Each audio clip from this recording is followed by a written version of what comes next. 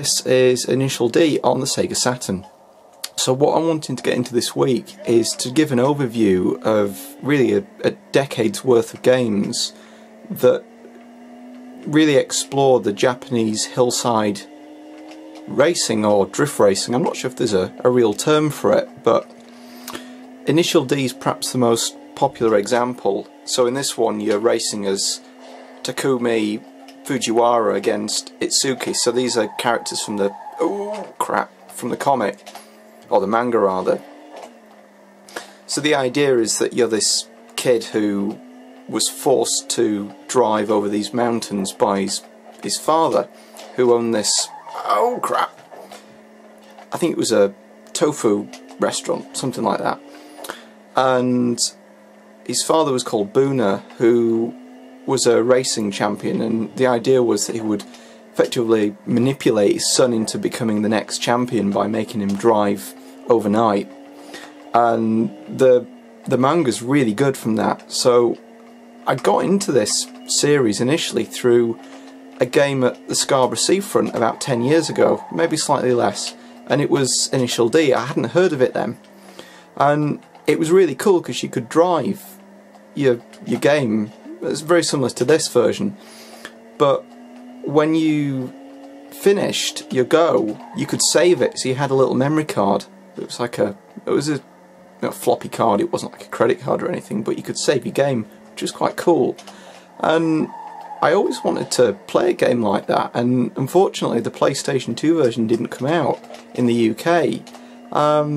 So I started looking at some games which were similar in that series, and I bought a few on the PlayStation 2 when I first bought one a few years ago. And I went back and I found this game on the Saturn, and I was really impressed by it. I know it hasn't got a great reputation, but I mean visually it's not bad. I've certainly seen nicer looking games on the Saturn, and the draw distance isn't amazing, but it plays quite well. I'm not entirely sure why people don't like this. I think in comparison to the PlayStation 2 version and the arcade version, it's not quite as good, but it's still good. I've enjoyed it. I think if you're into Initial D and you've got a Saturn or a PlayStation, then I'd certainly look into importing this.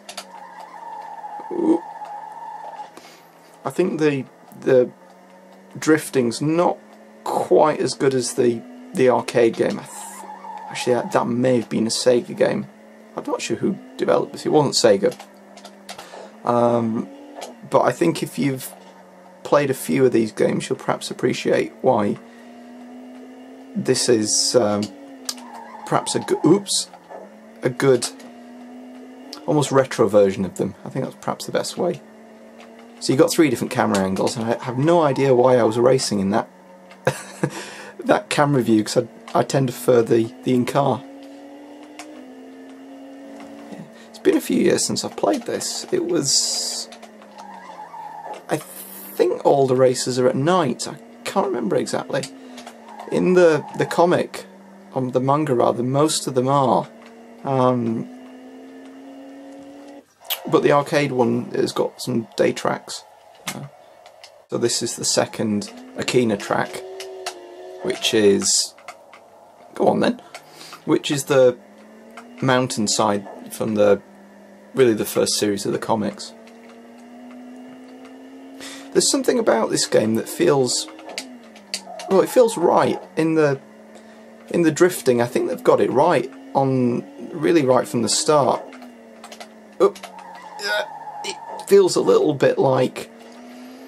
the handling's almost like Sega Rally in a way, so the car's got some weight to it. So the idea is you can spin the car if you accelerate too hard on the corner, which is, I suppose, quite realistic in a way. But oh crap, which might mean that you've got to play it a few times before you really master it. I'm sure the car in front is slowing down.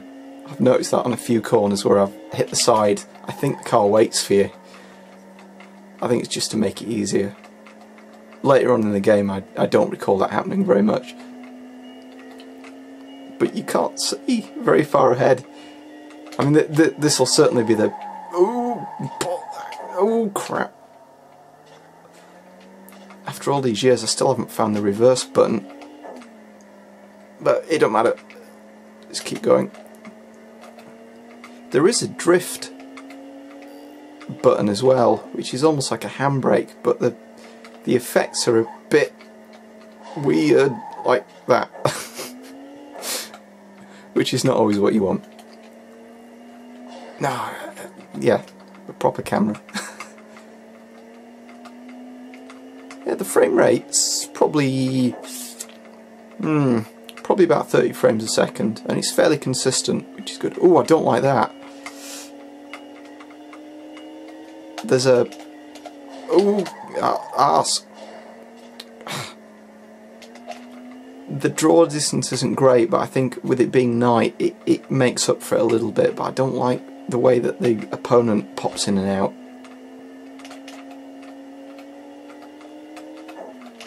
Ah. It's quite challenging. Oh. I know you're meant to be racing the rival, but you're spending most of the time just trying to navigate the track. I hate to say it, but I'm going to have to put it in the outside camera. It's it's really hard to judge the corners on the internal view. Oh. You don't really see games of this style very much. Initial D used to come out, I think it was monthly, or it was bi-monthly. There were comics by, who did them now? It might have even been Manga Corporation, can't remember, but one of the publishers, no, so Tokyo Pop, that was it, used to publish it monthly, and this went from about 2003 up until about 2006, 2007, and then they stopped publishing, and I'm not sure if they went bust, or they just gave up, or they ran out of translated copies, but I know there were certainly more in Japan than we got in this country, rather. There was an anime series as well, but that never came out, sadly. So it's an import-only thing, I'm afraid. Yeah, really good game. I think if you can get hold of this cheap on import, I'd certainly recommend picking it up. And if you're a fan of Initial D and you want a game, then it's either this one or the PlayStation 2 version. So I suppose it depends which platform you've got. Yeah, definitely well recommended. And the next game I'll be looking at is another Saturn one, which is Code R, which is a... how to describe it? It's a dating RPG stroke racing game that's a bit like this. Strange as it sounds. Anyway, see you in the next one.